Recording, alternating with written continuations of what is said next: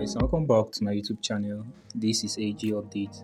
So guys, in this video I'm going to show you how to check for your dog's allocation on Binance. So this video is mainly for those of you that use Binance to receive your dog's allocation. So for you to check, this is what you need to do. So you click on wallet, then you click on spot. Then what you need to do is to click on this search sign here. Then alright, so you look for dogs. So this is dogs. You click on it. Okay, so as you can see on the screen, this is my dogs allocation. So this is how to check your dogs allocation on Binance.